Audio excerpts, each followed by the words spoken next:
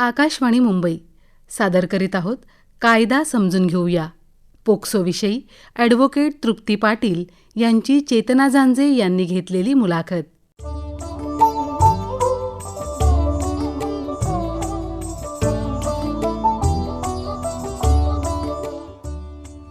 श्रोतेहो, लहान मुलांवर होणाऱ्या अत्याचाराच्या आणि लैंगिक शोषणाच्या घटना समाज मनाला अस्वस्थ करणाऱ्या आहेत. अशा बातम्या ऐकल्या की मन व्यथित होतं, संताप व्यक्त होतो आणि एकच प्रश्न समोर उभा राहतो: आपल्या मुलांचं संरक्षण नेमकं कसं करायचं?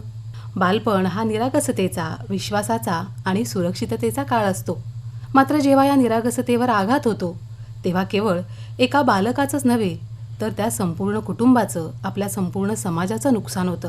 तर श्रोतेहो, बालकांवर होणाऱ्या या लैंगिक गुन्ह्यांना आळा घालण्यासाठी आणि बालकांना कायदेशीर संरक्षण देण्यासाठी पोक्सो कायदा लागू करण्यात आला. तर आज हा कायदा समजून घेऊया आणि या कायद्याविषयी आपल्याला मार्गदर्शन करणार आहेत ॲडव्होकेट तृप्ती पाटील. ॲडव्होकेट तृप्ती पाटील गेली 15 वर्षे वकिली व्यवसायामध्ये आहेत. मुख्यतः कोर्टात फौजदारी खटले त्या चालवतात आणि विधी सेवा प्राधिकरणच्या पॅनलवर त्या आहेत. त्या महिला आणि बालकांच्या संदर्भात कार्यरत अनेक संस्थांमधून जनजागृतीचं काम करतात. ॲडव्होकेट तृप्ती पाटील, तुमचं आमच्या कार्यक्रमात मनापासून स्वागत. धन्यवाद मॅडम. मॅडम, नरसापूरसारखी एखादी घटना घडली की तेव्हाच आपला समाज जागा होतो. हे सगळं ना खूप गंभीर आहे. तर आपण जागरूक राहणं किती गरजेचं आहे जेणेकरून हे असे प्रकार घडणार नाहीत. अशा जेव्हा लहान मुलांसोबत अशा काही घटना घडतात, म्हणजे हे लैंगिक अत्याचाराचाच प्रकार आहे, तर अशी घटना जेव्हा घडते तेव्हा आपल्याला ज्या समाजाला हा कायदा माहिती नाही किंवा ही घटना काय आहे माहिती नाही, तर ते व्यथित होणं स्वाभाविक आहे. तर हे अशा घटनांपासून वाचायचं असेल तर आपल्याला या कायद्याचं किंवा अशा प्रकारचा कायदा लहान मुलांसाठी आहे याची एक जागरूकता निर्माण करणं फार गरजेचं आहे. पालकांनी फार सजग राहणं गरजेचं आहे. ज्यांच्याकडे लहान मुलं आहेत, आपलीच मुलं नाही तर आजूबाजूची मुलंसुद्धा संरक्षित व्हावी यासाठी हा जो कायदा आलेला आहे. तर आपण सगळीकडे सजग राहणं फार गरजेचं आहे. मॅडम, बालकांवर अत्याचार झाले की त्या अत्याचारापासून बालकांचं संरक्षण करणारा पोक्सो कायदा 2012 पासून लागू करण्यात आला. तर हा कायदा नेमका काय आहे आणि तो का लागू करण्यात आला त्याविषयी सांगा. बरं, आपल्याकडे जे पूर्वीचे कायदे होते त्याच्यामध्ये इंडियन पिनल कोड जो होता, जो आता बदलून भारतीय न्यायसंहिता BNS झालेला आहे, तर त्या अंतर्गत असे कुठले कलम नव्हते की जे फक्त बालकांसाठी लागू होतील. इतर होते जे ज्युवेनाईल जस्टिस ॲक्ट आहे, पण त्याच्यामध्ये असे जे काही लैंगिक अत्याचार होतात किंवा ज्या मुलांना काळजी आणि संरक्षणाची गरज आहे, तर असे विशेष कायदे नव्हते.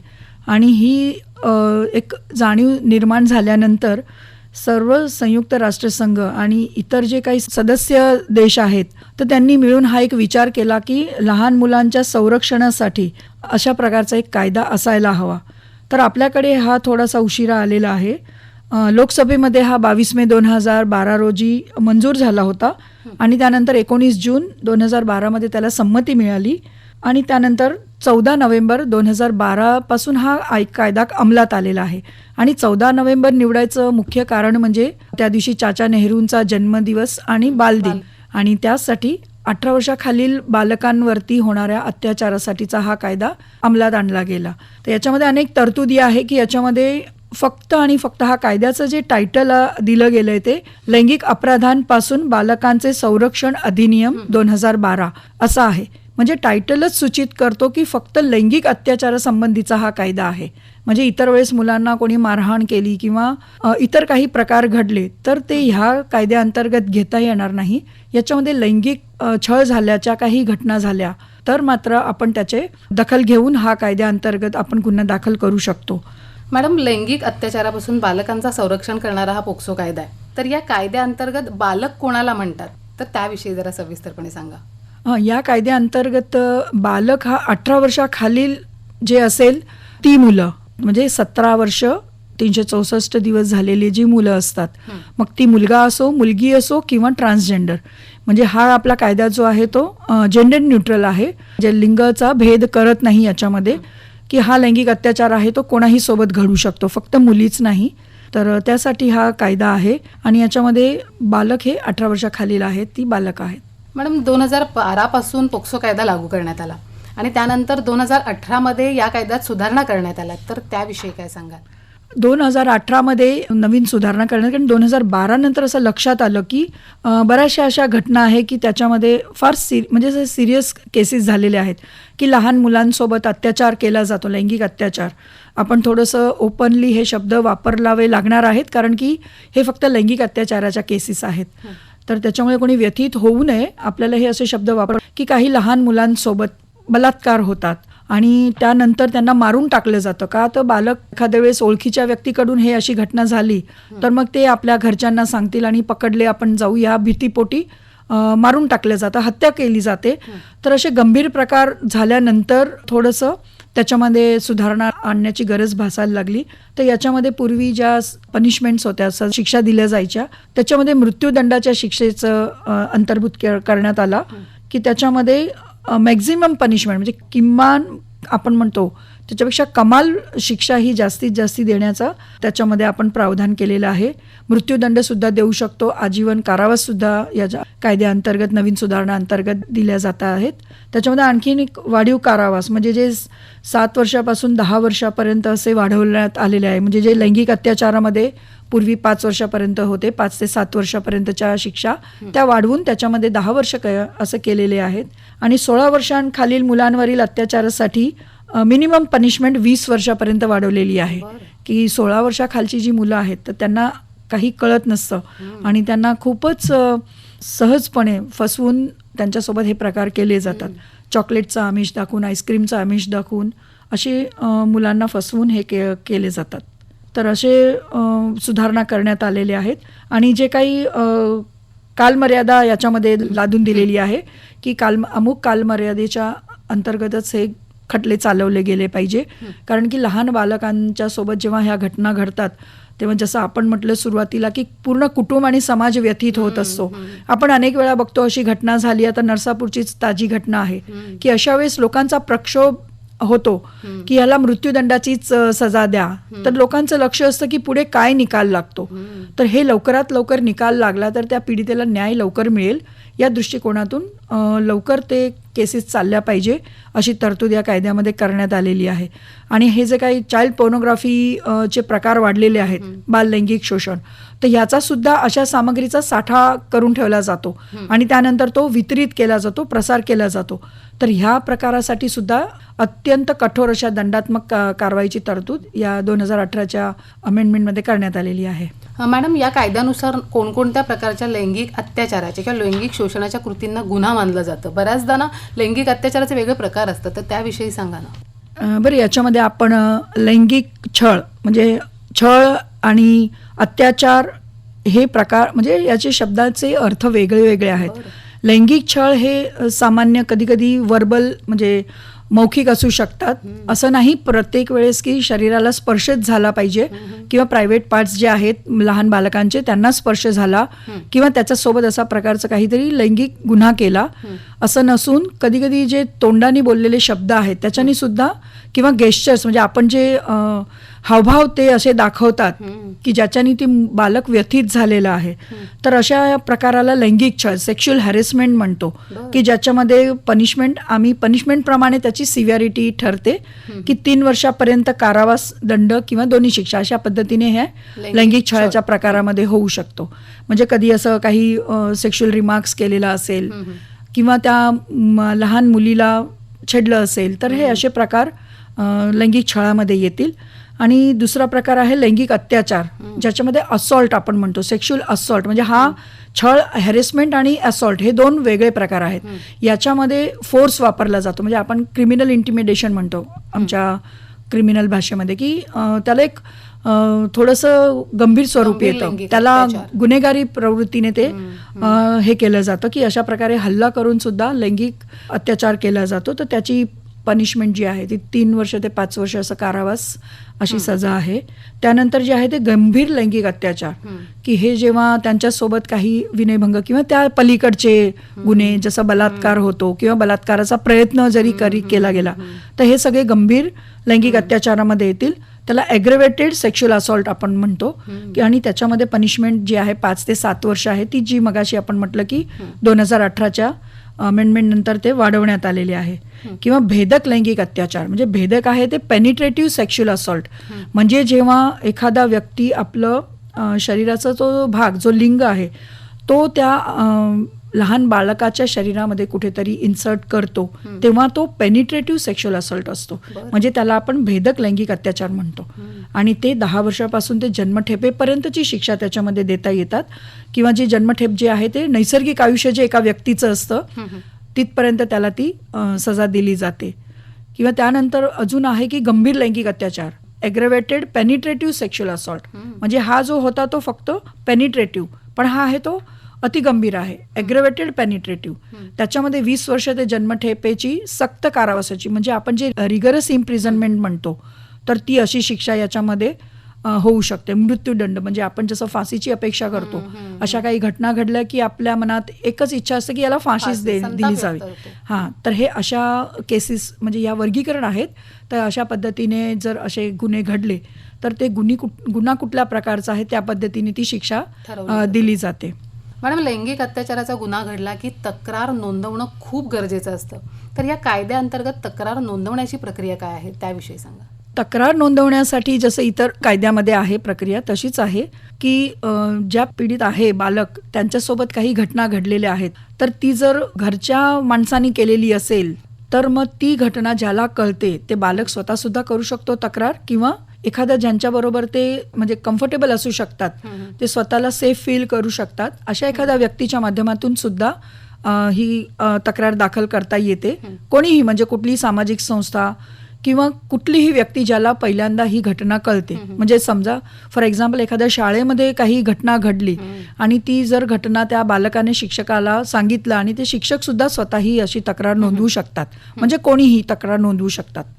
मॅडम, बऱ्याचदा काय होतं, अत्याचार झालं ना की कुटुंब ना बदनामीच्या भीतीने तक्रार करत नाहीत आणि अशा घटना घडतात. तर तुम्ही त्याबद्दल काय सांगाल? बरोबर आहे. जसं मी म्हटलं की ह्याच्यामध्ये म्हणजे लैंगिक छळाच्या ज्या काही प्रकरणं आहेत, घटना आहेत, तर याच्यामध्ये बरेच वेळा घरातले व्यक्ती सुद्धा असतात की आपण आज आम्ही जेव्हा प्रबोधन करायला जातो किंवा जनजागृती करतो या कायद्याची, तेव्हा आम्ही आवर्जून सांगतो की पालकांनी सुद्धा लक्ष द्या की आपल्याकडे आलेला प्रत्येक व्यक्ती हा कुठल्या नजरेने आपल्या बाळाला बघतोय किंवा कुठल्या पद्धतीने तो त्याला हात लावतोय, तर हे आपण बघणं फार गरजेचं आहे. जर घरातीलच व्यक्ती, म्हणजे आपले जवळचे नातेवाईक, आजूबाजूचे लोक किंवा एखादी अशी व्यक्ती ज्याचा आपल्यावरती उपकार आहे, तर अशा व्यक्तीद्वारा जर लैंगिक छळ केला गेला तर मात्र कुटुंबाची पंचायत होते. त्यांना असं वाटतं की नातेसंबंध सांभाळून ठेवावं की ही घटना बाहेर आणली तर आपली बदनामी होईल, आपल्या बाळाची बदनामी होईल, समाज आपल्याकडे वेगळ्या दृष्टीने बघेल.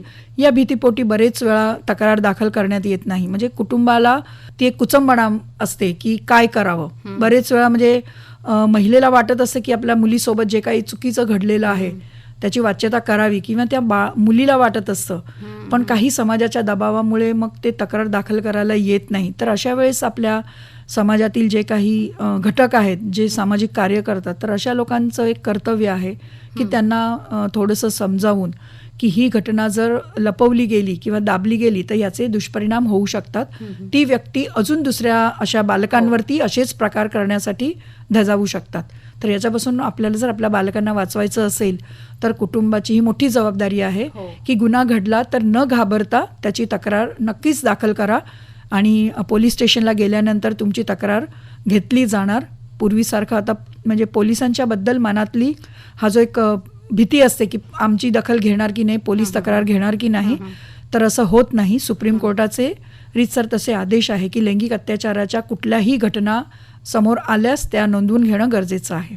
मॅडम, लैंगिक अत्याचाराच्या अनेक घटना तुम्ही हाताळता, तर कुटुंबातले सदस्य, नातेवाईक, शेजारी, शिक्षक किंवा विश्वासू व्यक्तीकडून होणाऱ्या अत्याचाराची प्रकरणं गुंतागुंतीची अशा वेळेला ठरतात का? हो, नक्कीच.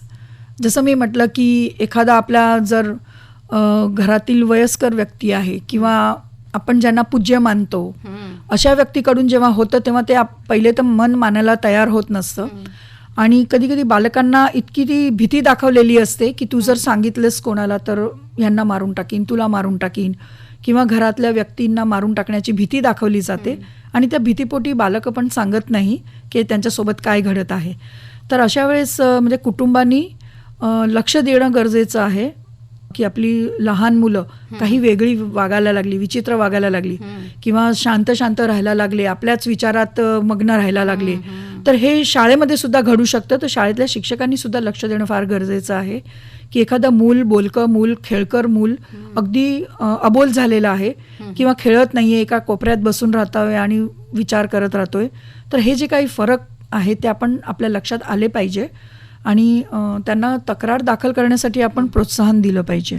मॅडम, एखाद्या बालकावर लैंगिक अत्याचार झाला की पोलिसांकडून पीडित बालकाची चौकशी करताना कोणती विशेष काळजी घेतली गेली पाहिजे, घेतली जाते म्हणजे? कारण का बालक पूर्ण हिरमुसलेला असतो, सगळं कुटुंबही त्याच्यामध्ये सगळं भरडलेलं असतं, तर मग अशा वेळेला कोणती काळजी पोलिसांकडून घेतली जाते? पोलिसां आता खूप सेन्सिटिव्ह झालेले आहेत अशा पोक्सो कायद्याअंतर्गतच्या केसेसमध्ये. पहिलं तर मुख्य आहे की पोलिसांच्या समोर जेव्हा अशा केसेस येतात तर पोलिसांनी सिव्हिल ड्रेसमध्ये असलं पाहिजे. म्हणजे त्यांनी जर मुलगी असेल तर त्यांच्यासमोर एक महिला अधिकारी असणं गरजेचं आहे, तर ते सिव्हिल ड्रेसमध्ये असणं गरजेचं आहे. कारण की आपण लहानपणापासून मुलांना ही जी भीती दाखवतो, तर या माध्यमातून मी सगळ्या पालकांना सांगू इच्छिते की पोलिसांची अशी भीती लहानपणापासून मुलांना दाखवू नका. ते आपले मदतगार आहेत, ते आपले म्हणजे आपण कधी जेवत नाही मुलं म्हणून जेवतोस की नाही तर पोलीस काकांकडे देईन, तर असे प्रकार न करता मुलांना ही भीती लहानपणापासून न बसवता आपण ते आपले मित्र आहेत, ते आपल्या मदतीसाठी आहेत हे सांगणं गरजेचं आहे.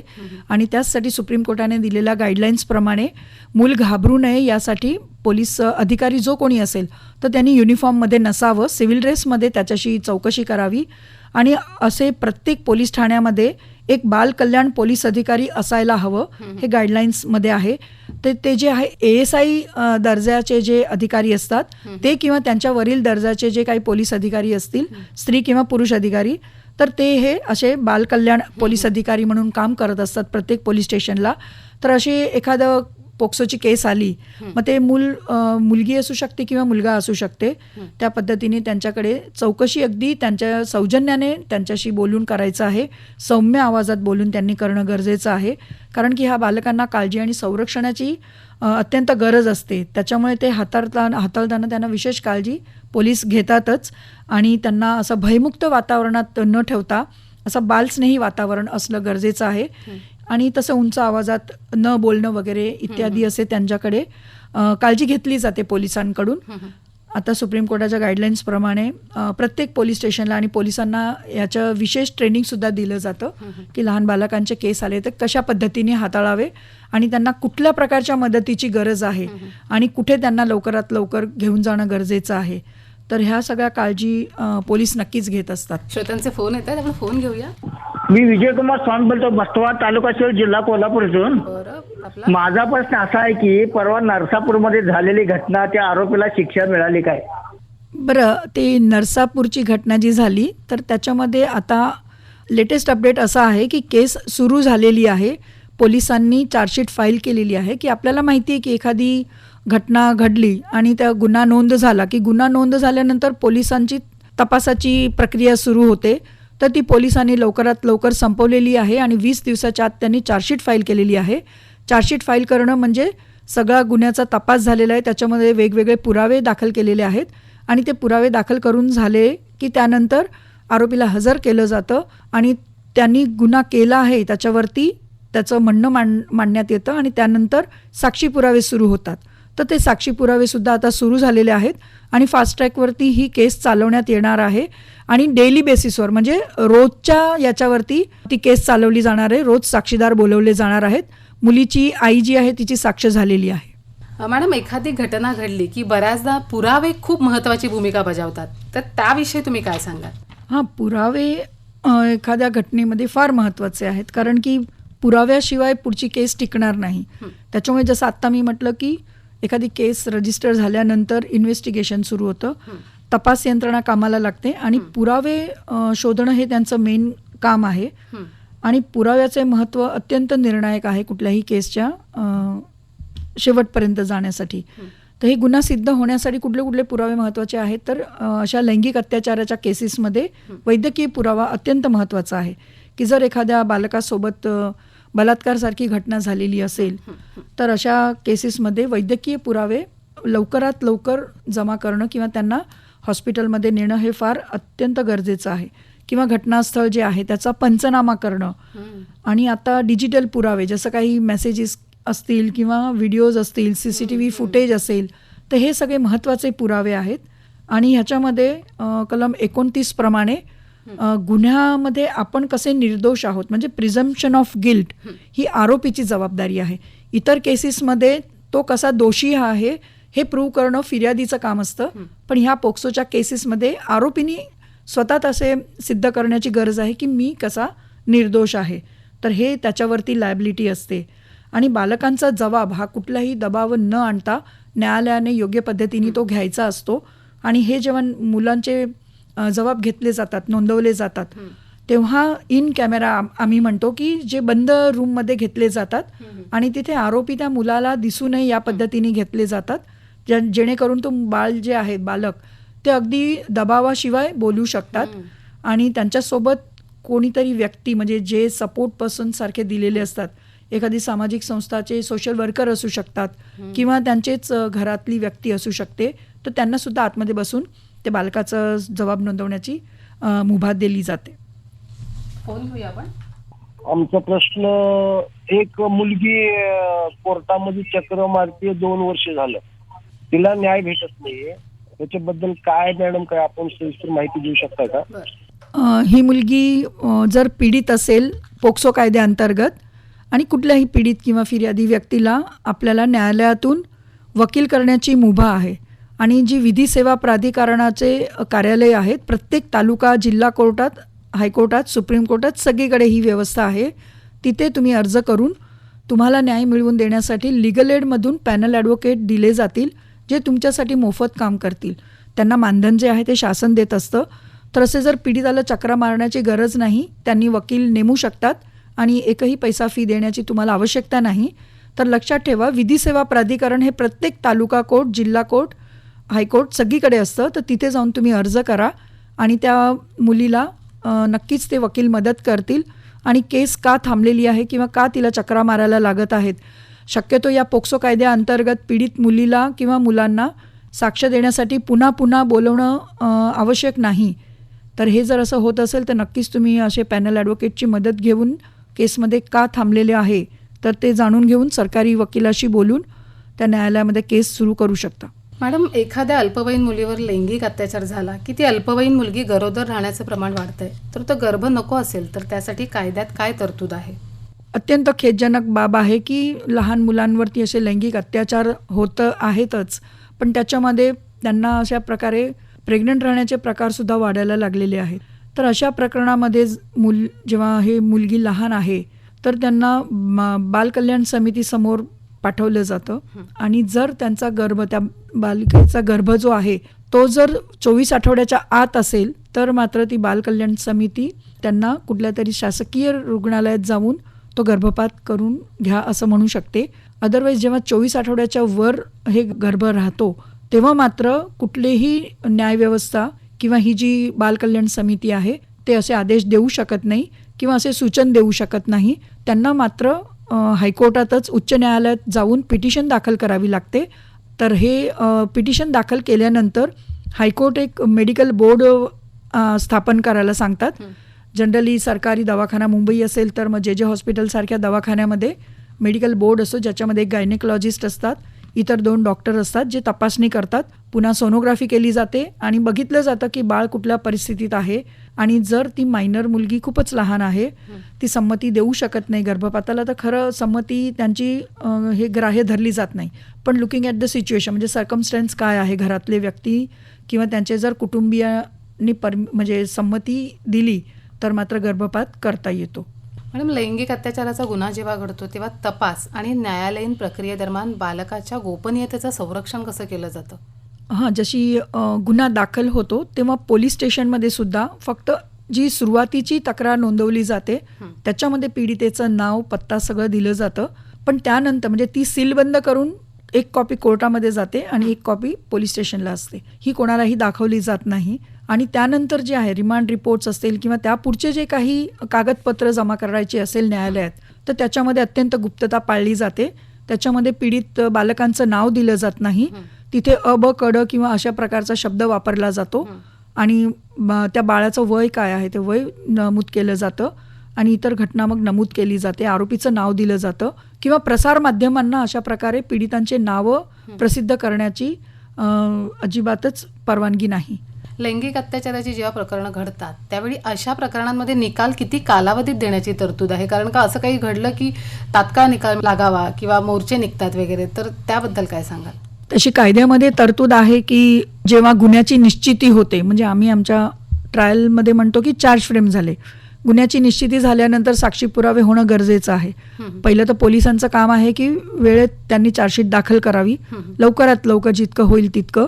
पण याच्यामध्ये थोडीशी अडचण अशी येत असते, काही टेक्निकल गोष्टी आहेत की कधी कधी जे रिपोर्ट्स यायला पाहिजे फॉरेन्सिक लॅब करून, तर ते फॉरेन्सिक लॅबला अनेक अशी प्रकरणं याच्यासाठी पडलेली असतात की त्यांना तशी जे रिपोर्ट्स द्यायचे असतात तर ते रिपोर्ट्स लवकरात लवकर तयार होऊ शकत नाही, कारण अनेक प्रकरणं अशी पेंडिंग असतात.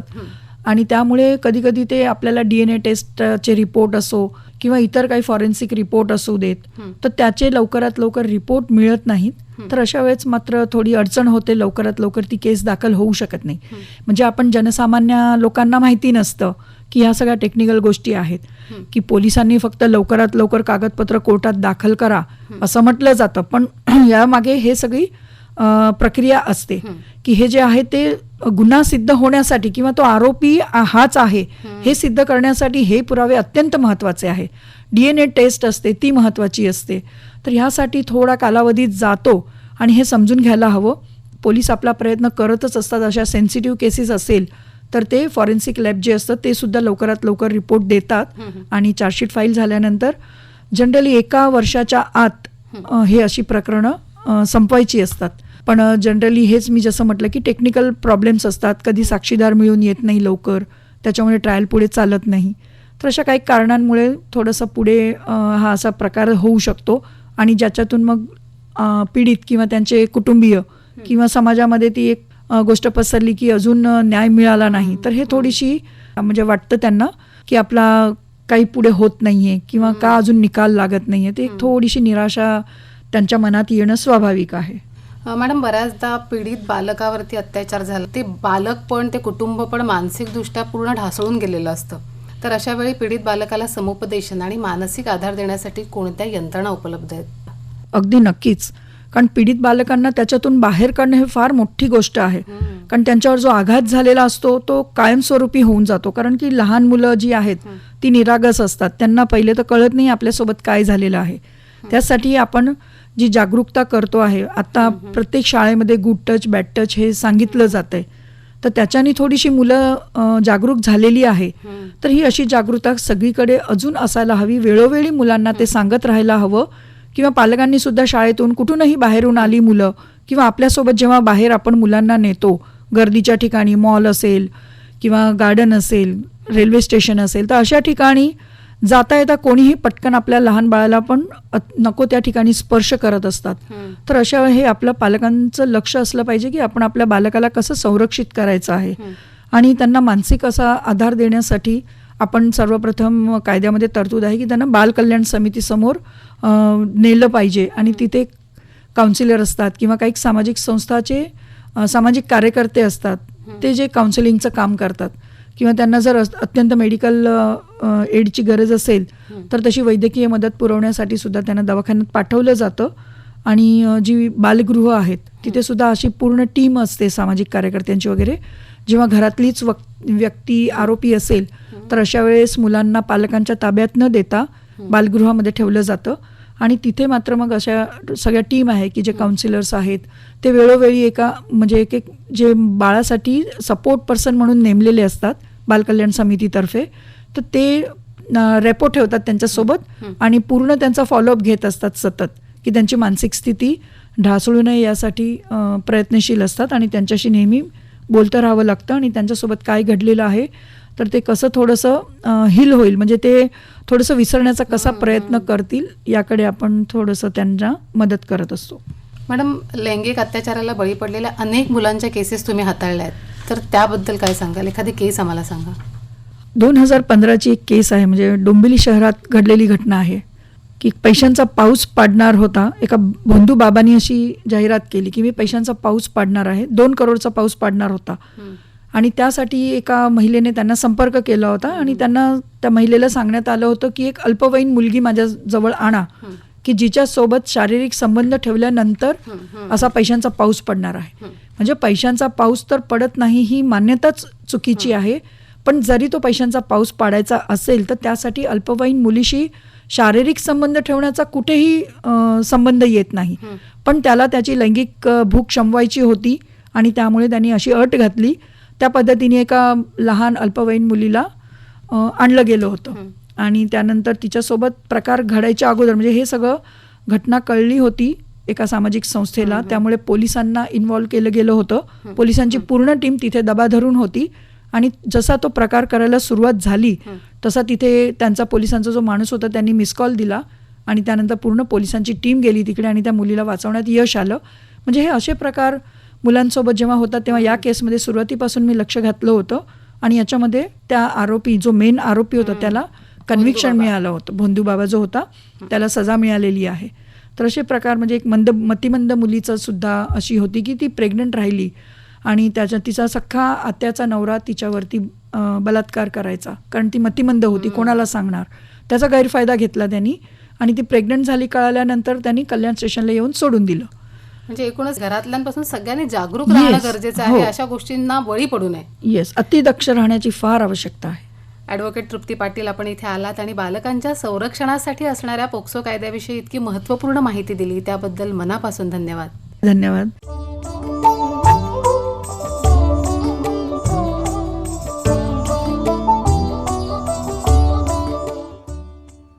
श्रोते हो, कायदा समजून घेऊया पोक्सोविषयी ॲडव्होकेट तृप्ती पाटील यांची चेतना झांजे यांनी घेतलेली मुलाखत आत्ताच आपण ऐकली.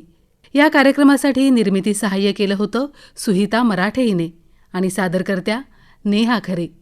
ही आकाशवाणी मुंबई केंद्राची निर्मिती होती.